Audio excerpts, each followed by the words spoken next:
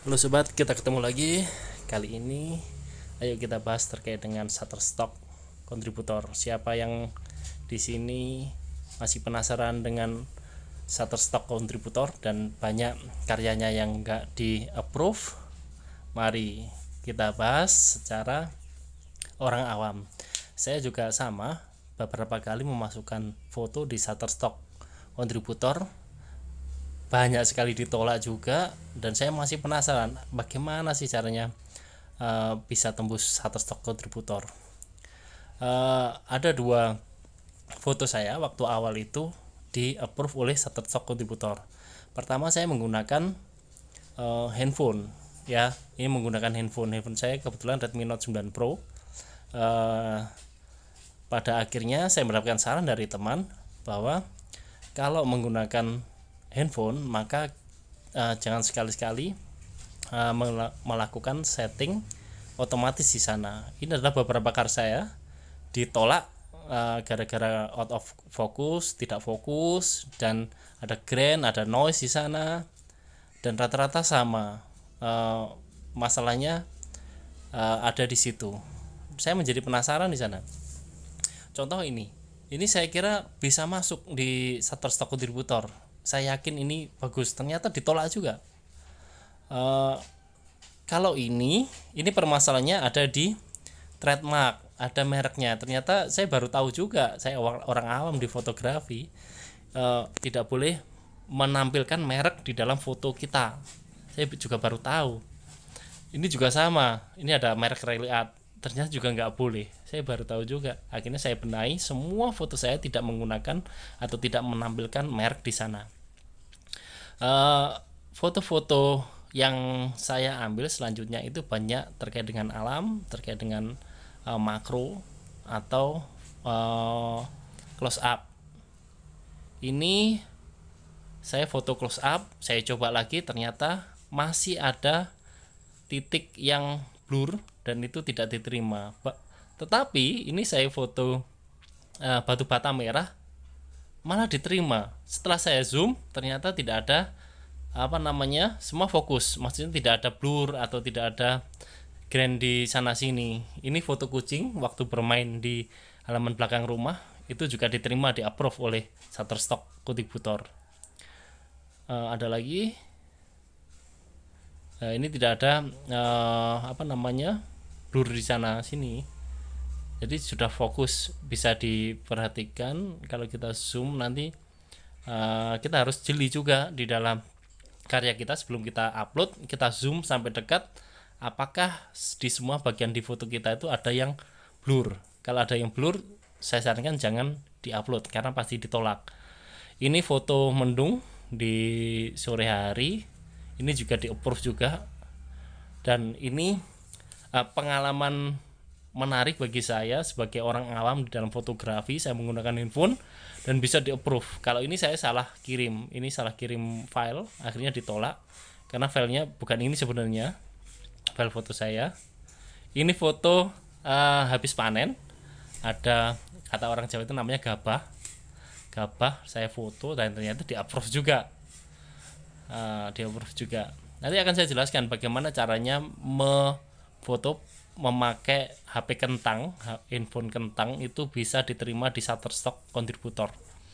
Ini ditolak, dan ini masih pending. Jadi ada banyak. Setelah saya diterima, saya tahu caranya, saya kirim banyak foto di lingkungan sekitar saya. Oke, nggak usah lama-lama, mari kita langsung praktek saja bagaimana caranya. Oke, mari kita coba. Saya menggunakan gadget saya, Redmi Note 9 Pro, HP kentang dan bukan HP iPhone. Dan ini yang saya pakai untuk memfoto tiap harinya. Pertama-tama kita buka foto aja. Kita nggak usah pakai aplikasi foto punyanya Google Pixel, tapi bawaannya Xiaomi, itu sudah bagus. Yang perlu kita perhatikan, yang pertama kita setting dulu ukurannya, jangan yang 9:16 tetapi kita pakai yang 3:4, karena nanti kalau kita masukkan ke Shutterstock kontributor, Kalau ukuran 916 itu terlalu besar, terlalu panjang. Kita pakai 34. Dan kita aktifkan untuk garis bantu. Untuk garis bantunya kita aktifkan untuk membantu kita titik fokus mana yang akan kita ambil. Yang kedua, jangan sekali-kali menggunakan mode otomatis. Kita pakai mode Pro. Mode Pro di sini ada beberapa yang perlu diperhatikan. Yang pertama, di sini ada tampilannya. Yang pertama adalah pencahayaan. Pencahayaan itu ada berawan, ada lampu dan sebagainya. Kalau saya tergantung, pokoknya jangan diklik yang otomatis. Kita pakai yang berawan aja, karena kita di sore hari sedikit mendung. Yang kedua, kita sesuaikan dengan cahaya sekitar. Cahaya sekitar itu redup, terang ataupun gelap sama sekali, dengan mengatur ISO di sini. ISO-nya kita atur. ISO-nya kita atur. Setelah dirasa cukup terang, kita akan men-setting shutternya. Shutternya kita setting. Ini juga akan berpengaruh terhadap gelap dan terangnya. Shutter ini akan ini kecepatan membuka diafragmanya. Jadi kalau kita semakin ke kanan, berarti semakin panjang nanti membukanya lensanya. Tapi kalau semakin kiri, semakin pendek. Perlu diperhatikan, kalau semakin lama, maka setelah kita tekan tombol foto, maka kita harus diam dulu. Contoh, nanti kalau sampai full berarti 30 sampai 30 detik. Kalau ini seperempat, ini ada tulisannya 1/15. Kita sesuaikan dulu. Setelah itu kita pakai yang wide lensnya aja, karena resolusi wide lens itu resolusi paling besar di HP ini. Kalau yang makro itu resolusinya kecil dan nanti hasilnya juga pecah. Setelah itu kita tinggal fokuskan saja. Ini yang perlu diperhatikan, fokus itu kita ambil fokus di objeknya. Fokus objek kita dapat, kita usahakan tangan kita jangan sampai gerak, apalagi waktu kita tekan tombol shutternya, jangan sampai kita gerak. Kalau kita punya penyakit tremor atau kita susah untuk mengendalikan tangan, kita bisa menggunakan tripod kamera. Tripod kamera akan membantu kita, mempermudah kita agar kita tidak goyang. Setelah dirasa kita fokusnya sudah dapat, maka kita tinggal klik tombol shutternya. Paskan dulu. Nah, kita dapat. Kemampuan untuk setiap handphone itu berbeda-beda. Untuk handphone kentang kayak gini, itu jarak paling dekat itu adalah 5 cm sampai 10 cm. Apakah bisa untuk pakai makro? Biasanya ada lensa tambahan di sini.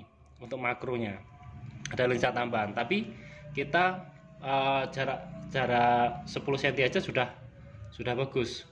Bagaimana kalau kita terlalu dekat nanti kita tidak akan bisa fokus kepada objeknya.